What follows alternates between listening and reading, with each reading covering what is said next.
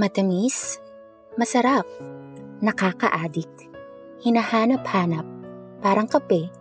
Ito ang aming kwento ni Yihan. Ako nga pala si Kian at nagsimula ang lahat sa paghahanap ko ng part-time job.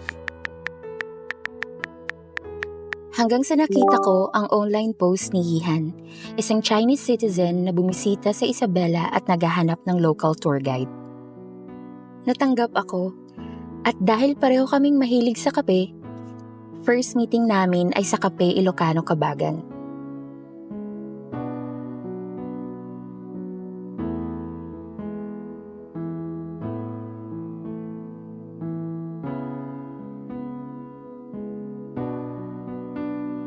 Maaga akong nagpunta sa coffee shop.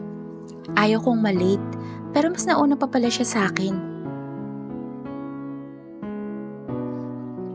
First meeting. Ewan ko. Nagpapalpitate ako.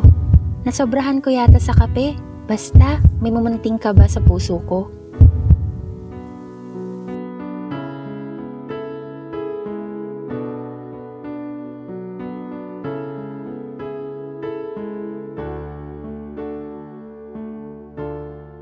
Excuse me, ma'am, sir, can I get your order?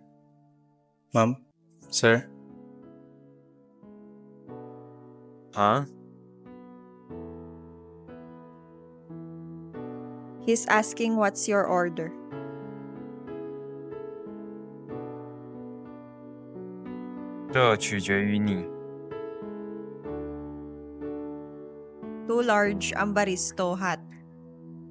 OMG, sa sobrang kaba ko, nakalimutan kong marunong pala ako mag-Mandarin. Bakit gumamit pa ako ng phone translator? Naging smooth naman ang pagpa-part-time job ko bilang tour guide at assistant kay Yihan. Ewan ko lang sa feelings ko kung naging smooth din.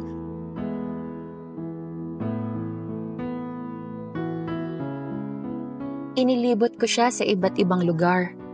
Tinuruan ko rin siya ng Filipino basic words. Pero bakit parang tinuturuan din ni Yihan na sumaya ang aking puso sa tuwing magkasama kami.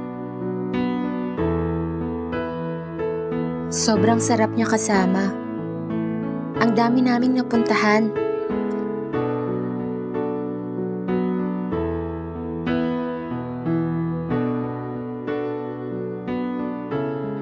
Ang dami naming ginawa. At ang dami ring kakaibang feelings ang aking naramdaman. Pinilit kong itago ang nararamdaman ko. Kahit madalas kong mahuli ang malalagkit niyang titig sa akin. Ayokong mag-assume, no? Baka masaktan lang ako. Nagpatuloy ang pagpa-part-time ko kay Yihan, habang patuloy din ang pagtatago ko ng aking nararamdaman. Hanggang sa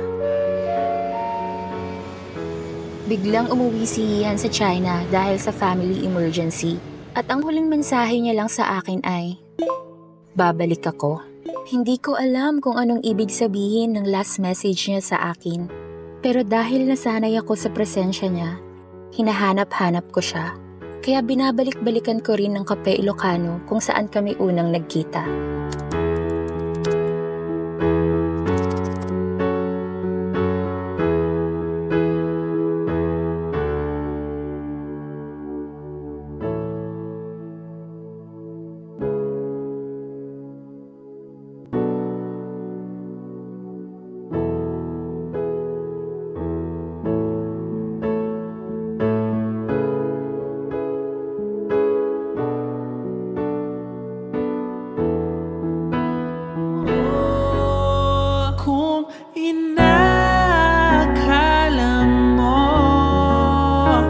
Lumipas ang isang taon, bumalik si Yihan. Binalikan niya rin ang nalilito at nasasabik kong puso. Ito ang aming kwento. Isang patunay na kahit magkaiba ang aming lahi at wika, natutunan naming mahalin ang isa't isa. Parang kape. Magkakaiba man ng timpla, pare-pareho pa ring masarap ang lasa.